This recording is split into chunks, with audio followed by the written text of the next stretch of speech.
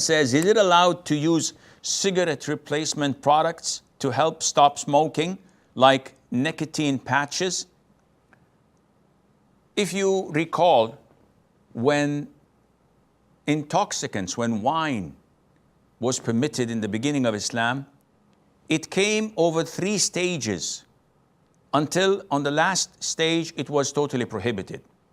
This gradual process of prohibition can be applied in other cases. So smoking is haram, and we know that. Why? Because it's harmful.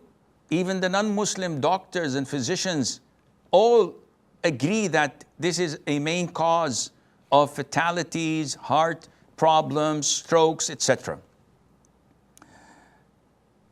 Therefore, if someone is trying to kick out or off the habit, and he resorts to nicotine patches, chewing gums, pills, and whatever that may help him stop smoking, scholars say that this is permissible because it's a lesser evil, and at the same time, it helps him, with the grace of Allah, stop such a sin, providing that it doesn't cause more harm than smoking itself, which normally it doesn't. Therefore, inshallah, it is permissible, and Allah knows best.